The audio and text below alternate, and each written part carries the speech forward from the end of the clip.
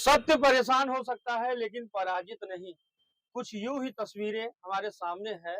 हाल ही में हमारे सामने जो है राजेश सोनी जी हैं, जो लगातार फेसबुक में देख रहा हूँ कि अपने ही महापौर के खिलाफ जो है पोस्ट कर रहे हैं। आखिर ऐसी कौन-सी नौबत आ गई आपको कि अपने ही महापौर का विरोध करना पड़ रहा है? नहीं, अपने ही महापौर नहीं, महापौर सबके हैं।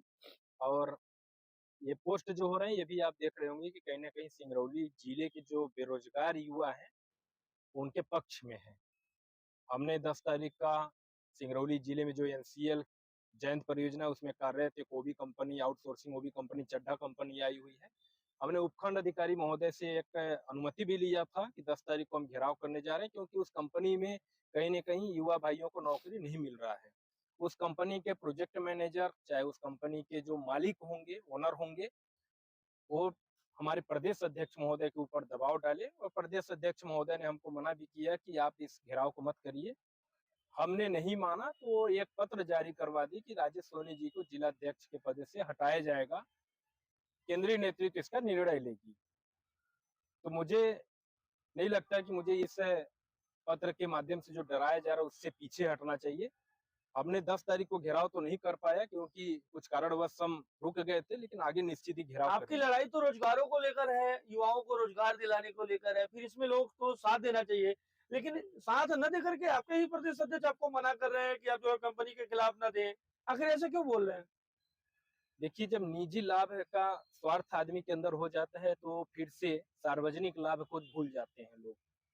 कहीं न कहीं सिंगरौली की जनता ने महापौर चुना था तो सार्वजनिक लाभ के लिए चुना था। निजी लाभ के लिए आदमी व्यापार करता है, बिज़नेस करता है, उससे निजी लाभ लेता है। यदि हम राजनीति में आते हैं और राजनीति में आके हम जनता का एक-एक वोट लेके कुर्सी पे बैठते हैं, तो ये हमारा प्रथम कर्तव्य होना चाहिए कि हम जनता के लिए लड़ें, ना कि हम निजी स्वार्थ के लिए लड़ें।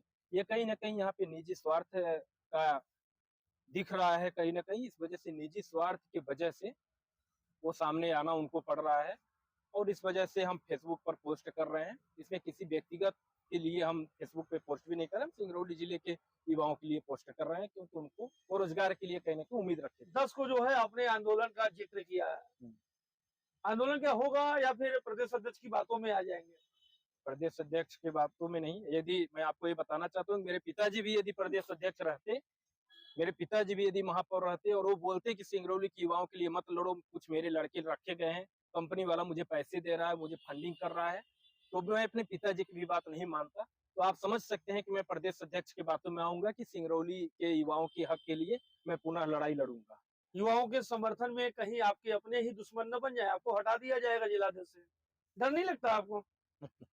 आपको ये पता होना चाहिए और पता होगा भी निश्चित, आप पत्रकार हैं तो आपको निश्चित ये पता होगा कि जब आदमी जन्म लेता है तो उस टाइम कोई पद लेके जन्म नहीं लेता है, वो कर्म के अनुसार उसको फल मिलते हैं और पद भी मिलते हैं। मुझे इस पद की लालसा बिल्कुल नहीं है, क्योंकि मैं भगत सिंह, चंद्रशेखर आज़ाद जैसे वीर शहीदों के कदमों पे मैं चलने वाला व्यक्ति हूँ। वो भी जब हमारे भारत देश को आज़ाद कराने के लिए अंग्रेजों से लड़े थे, तो उस टाइम ना उनके पास कोई जिलाध्यक्ष का पद था, ना वो कोई विधायक या मंत्री थे, फिर भी उन्होंने अपने प्राणों की आहुति देश की आज़ादी के लिए दे दिया। मैं उन्हीं के कदमों पे चलना चाहता हूँ और मैं निश्चित ही मेरे शरीर में जब तक प्राण रहेगा, मैं भगत सिंह, चंद्रशेखर आज़ाद जैसे वीर शहीदों के कदम पे चलने का के लिए तैयार रहूँगा। यहाँ के जनप्रतिनिधियों के लिए कुछ कहना चाहेंगे? क्योंकि वो कहते हैं कि मैंने बहुत विकास किया है। थोड़ा विकास बताएँगे? मैं खुलेआम इस वीडियो के माध्यम से बताना चाहता हूँ कि यहाँ पे जो चुनाव से निर्वाचित हुए हैं जनप्रतिनिधि, वो एक मुर्दा के समान है। वो धारा के साथ जैसे मरी हुई मछली बहती है, उसी तरह से बह रहे हैं। सिंगरौली जिले का भ्रष्टाचार, सिंगरौली जिले का सड़क दुर्घटना, सिंगरौली जिले की बेरोजगारी किसी से छुपा हुआ नहीं है। ना तो हमारे सिंगरौली जिले के 3-3 विधायक, सिंगरौली जिले के नगर निगम क्षेत्र के महापौर, चाहे लोकसभा के सांसद, कभी भी एक भी आवाज वो नहीं उठाए। इसके वजह से उनको पूर्णतः मैं ये कह सकता हूँ कि वो जिंदा लाश की तरह जी रहे हैं सिंगरौली जिले में। ज़िंदगी जी रहे हैं जिंदा लाश की तरह, लेकिन जो हालात यहाँ की है, पूरी तरीके से मतलब कि कहें तो जीना दुश्वार हो गया है। पढ़े-लिखे लोग जो है लाखों डिग्रियाँ रखने के बावजूद भी आज जो है बेरोज़गार महसूस कर रहे हैं। यहाँ के जनप्रतिनिधि बोलते नहीं हैं, विपक्षी बोलते हैं, फिर कुछ देर बाद शांत हो जाते हैं। आखिर इसके बीच की जो कड़ी है, क्या फँस जाती है इसमें? मैं एक पहले भी बताया कि जब व्यक्तिगत व्यक्तिगत जब लाभ आदमी देखने लगता है तो उनको फिर से सार्वजनिक लाभ वो भूलने का प्रयास करते हैं। आपको मैं बताना चाहता हूँ कि 8 जनवरी को हमने पूरे एनसीएल के मुख्यालय का घेराव किया। पहली बार मैं घेराव किया था। मैं कोई चुनाव जीता भी नहीं हूँ, मैं कोई विधायक या मंत्री भी नहीं हूँ, फिर भी मैं जब घेराव किया, उन्होंने एनसीएल मुख्यालय की तरफ से मुझे एक पत्र मिला लिखित में कि 7 दिवस के अंदर, मेरे पास ये पत्र है, उस पत्र में लिखा हुआ कि 7 दिवस के अंदर हम जितनी भी मांगे हैं पूरा करके देंगे। हमारी मांग ये थी सिर्फ कि आपके सिंगरौली एनसीएल परियोजनाओं में जितनी भी आउटसोर्सिंग कंपनियां चल रही हैं, जो शासन का एक नियम आया है, शासन के नियम ये है कि सिंगरौली जिले के स्थानीय लोगों को 70% रोजगार दिया जाए, सिंगरौली जिले के जो विस्थापित परिवार हैं, प्रभावित परिवार हैं, उनको रोजगार दिया जाए। मैं उनकी मांग किया था कि आप बताइए कि आपके आउटसोर्सिंग कंपनियों में कितने प्रतिशत आप यहाँ के स्थानीय निवासियों को रखें। जब हमने ये मांगे रखी तो उन्होंने लिखित में दिया कि 7 दिवस के अंदर हम आपको ये निश्चित ये मुहैया करवाएंगे।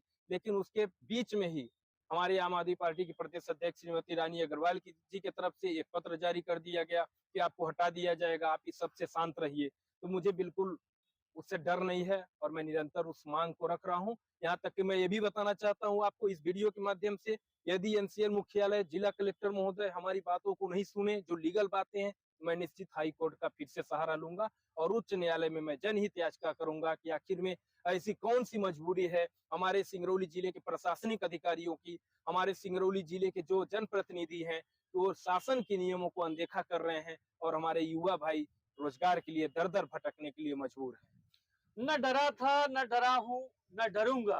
रोजगार की लड़ाई यूं लड़ता रहूंगा, चाहे आए कोई संकट की घड़ी, नहीं झुकेंगे। राजेश सोनी जी, आपको मैं शुभकामनाएं देता हूँ, अग्रिम शुभकामनाएं। आप यूं ही रोजगार की लड़ाई लड़ते रहें। फिर मिलते हैं आपके साथ। मैं अजय।